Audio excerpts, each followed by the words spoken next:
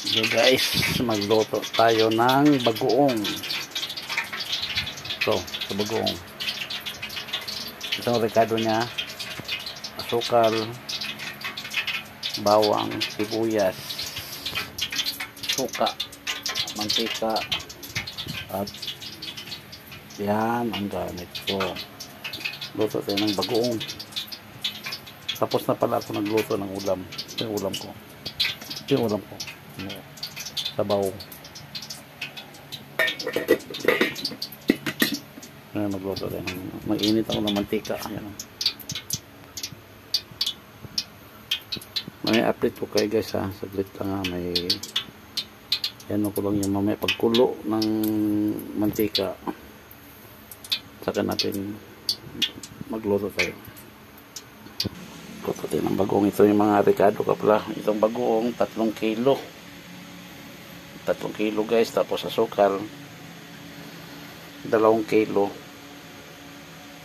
Tapos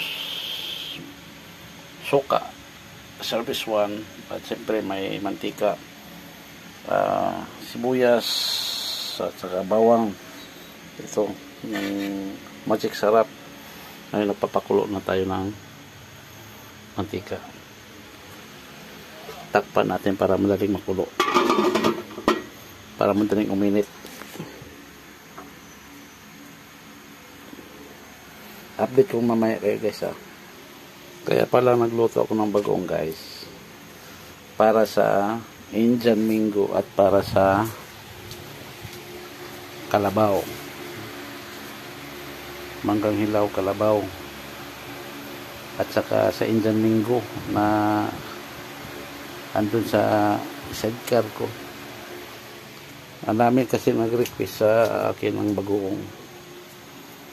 Nasuki ko, masarap daw yung bagoong ko. Kaya nag-request sila. Naku, sige, magluluto ako. At saka ito yung ano, mga cup.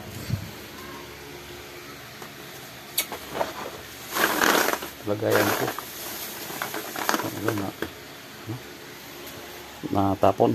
Mamaya na kukunin ko guys, mamaya. Papakita ko sa inyo paano maging finished product.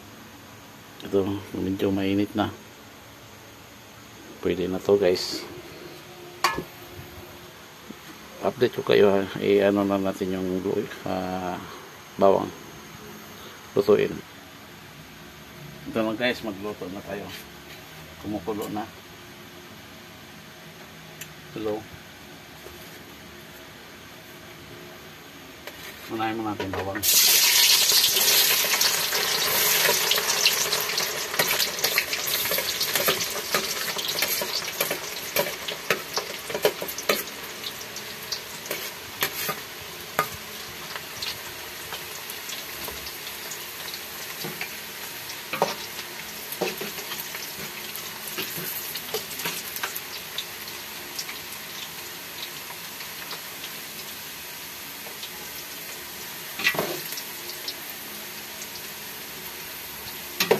Papakita ko sa inyo kung paano magluto ng bagoong na masarap.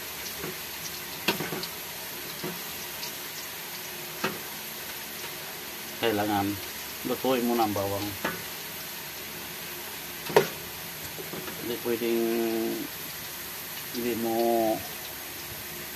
haluin kasi nasusunog, at saka kailangan pantay pagpula.